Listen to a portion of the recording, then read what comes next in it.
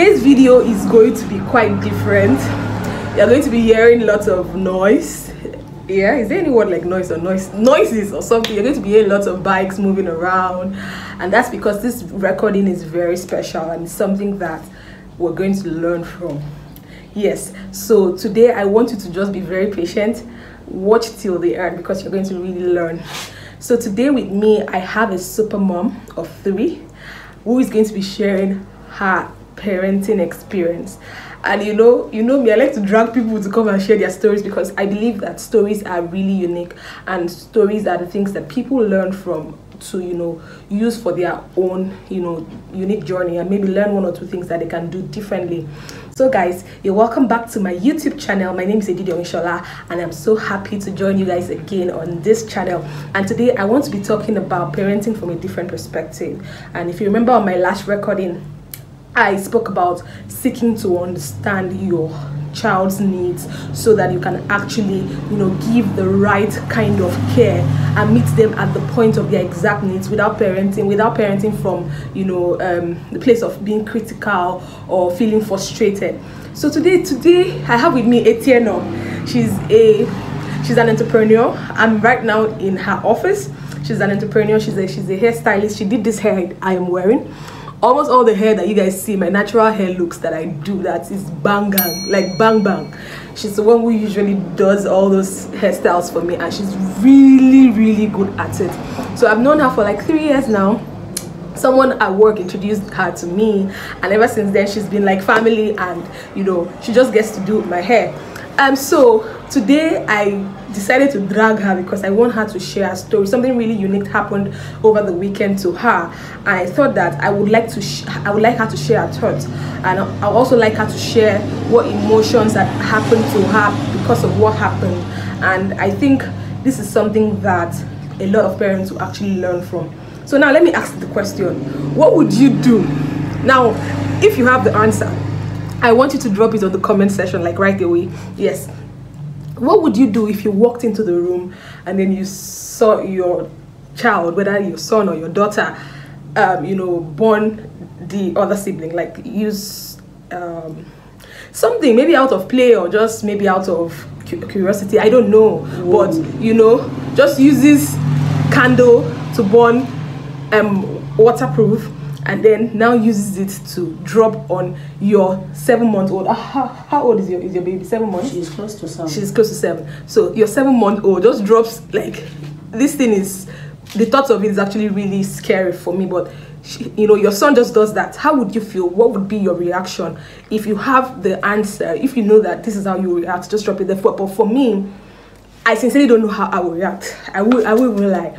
I don't know how I will react if I walk in there, but Etienne had experienced this over the weekend, and I want to be asking her a couple of questions, and I'm so happy that she agreed on this recording. Like, I'm happy that she agreed. And for some reason, I really wish that the daughter was here to join us, but she's sleeping at the moment, so, and I don't even want to bring her into this, but I would like to understand. So yesterday when I came here to do my hair, I saw that the daughter had some bruises all over her face, and I'm like, oh, what happened? And then she says, Udo, it's Udo that did it. I'm like, what? How? He's just barely 4, right? He's just barely 4. How did he do it? Oh, he went to, I was in the kitchen, I was doing something, he did, and then I heard Abba say, oh, mommy, Udo is burning. I'm like, what? So I hear the next question, what did you do? And she says she did not do anything. What was going through your mind when that happened? When you heard your baby scream and you came out, what exactly was in your mind? Like, what exactly did you feel? It doesn't have to be something serious. What did you feel at that time?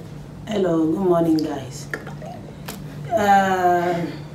The problem is that me that usually on a hot temper, I couldn't hold myself.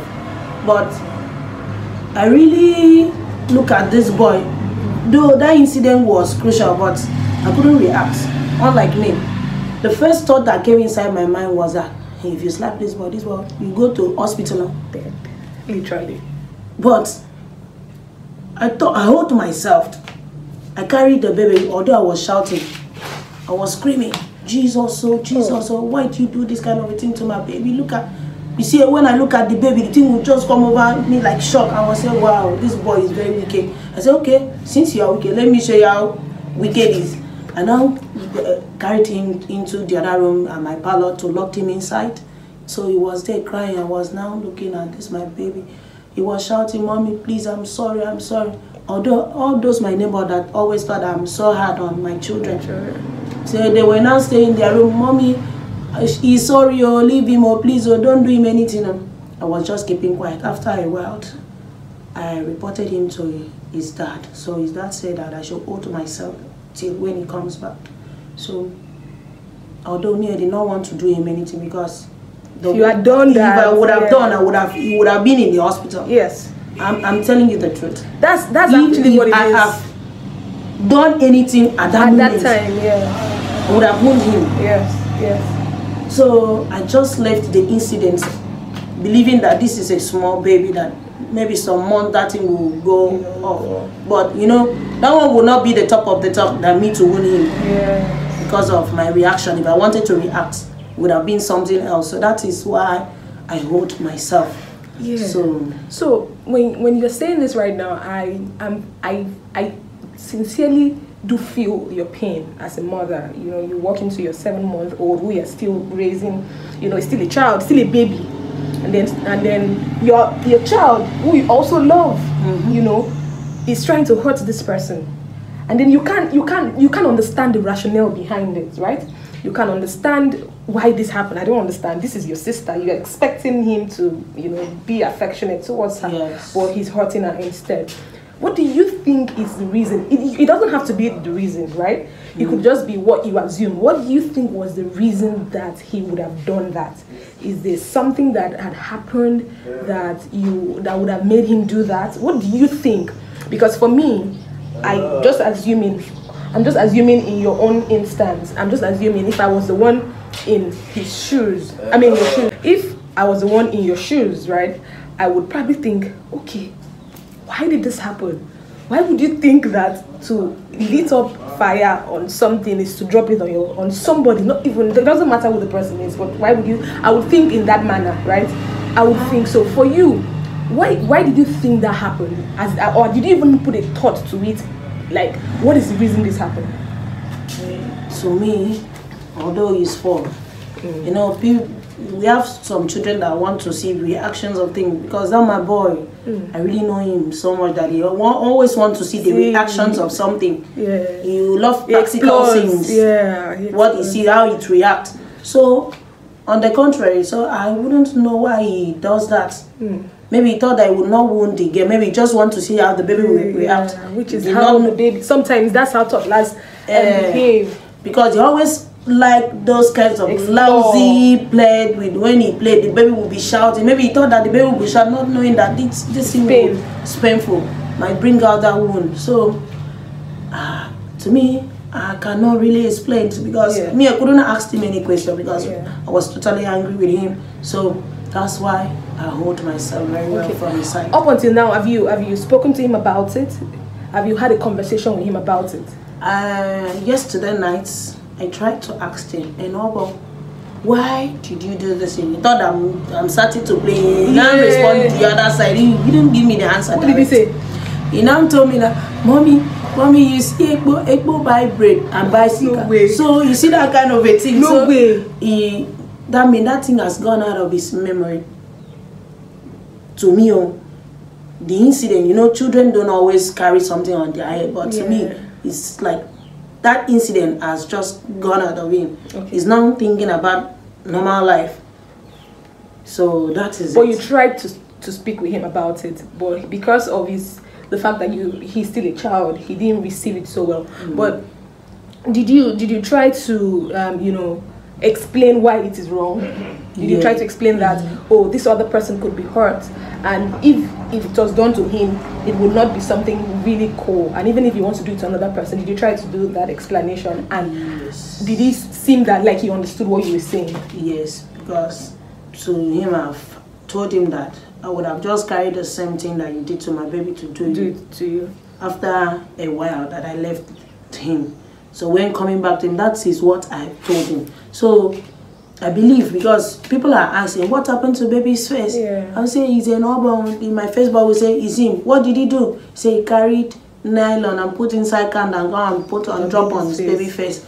So when they now say, why? What happened? Even some people ask me, did you beat him? I say no. They say, why didn't you beat him? I say I couldn't do anything. That even if I did anything, it would have been something to me in the hospital. Yeah. So some people were thanking God for me, or say, thank God though, you that don't always beat somebody, they did not beat him. That's really good. Yeah. Maybe so. I know some people do learn. Even the other mommy come and ask me, my fellow mother came and asked me, why didn't you beat him? I would have beat him. I say, my sister, if I beat this boy, would have been in the hospital. He said, that woman told me that this is true. That thank God for you that you did not beat this boy. So to me it was amazing. Even up till now, I'm just being happy that I did not. So this brings me to the question: what has these incidents done for you as a parent? What have you learned from it? What is the defining thing for you now from this incident? Because I'm asking this based on what I as a parent would have, especially as a parent who has, approached, giving discipline your children from. I come here and I see the way you want to discipline them. I'll flog you. You want to discipline them and make sure that they do the right thing. And sometimes you do actually discipline them. But at this instance, this was something that even if you had disciplined him, nobody will actually fault you for it. But you did not, and you took a different approach. So now, how has this defined your parenting experience? Has this changed anything? Has this made you want to look back on the way you've been approaching some of the situations? Because this was actually a very critical situation, and you didn't even actually beat like you would. So has this done something? Has this shifted something in your mind as a parent? Actually, not really. Okay. Because when it comes to discipline, children are growing up. The adults might do something. They want to do, thought that it's right for them. That's when you discipline. But I came to learn one thing, that when you're beating or disciplining with anger, that's not the right way. I like this that you said, yeah. That's not the right way, because they will continue doing it, because that particular boy, he received more beatings from my hand than others. Yes, so that's when I come to understand, because I always react on anger. I always react on anger. So to me, even up till now, as I say that, I didn't really know what happened, that I controlled myself.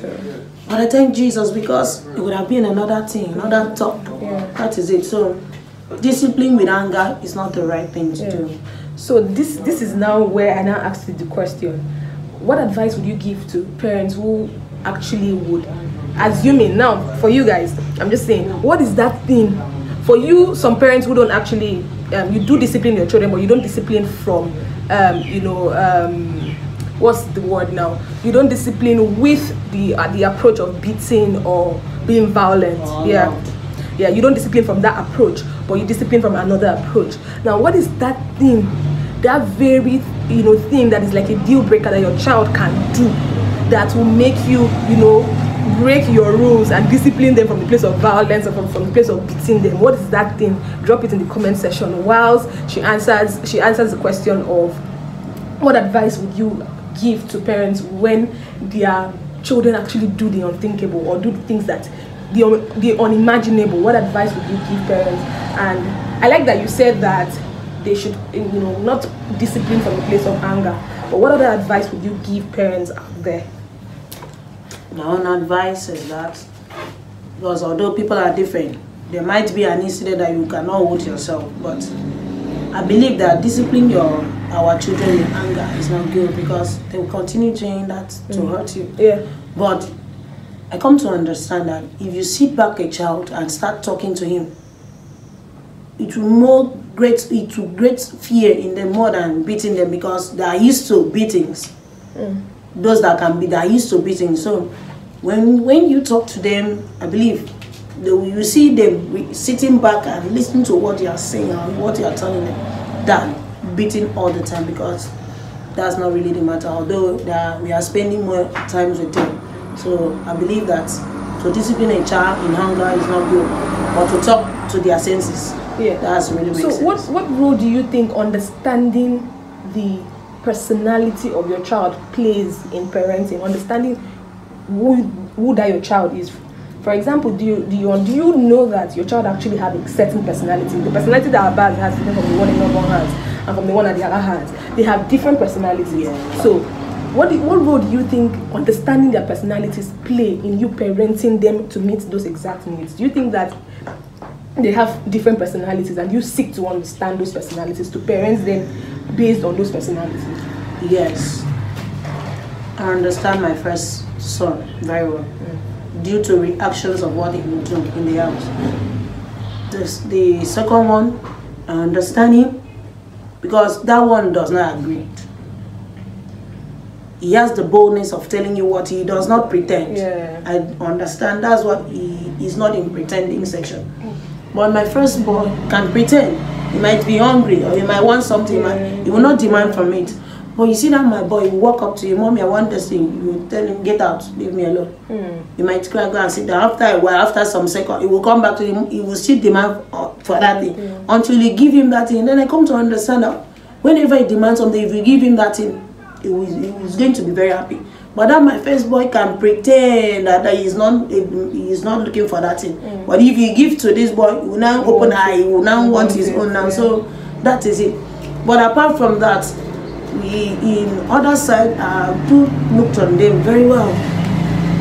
I do look down to understand them, so that you can give the right kind of care based on their personality. Yes, so it has a different section how they demand things. Me, I know what this one like, and I know what this one is like. Yes, I know that one very well. Thank you very much, Etienne. This session has been such a different session for me.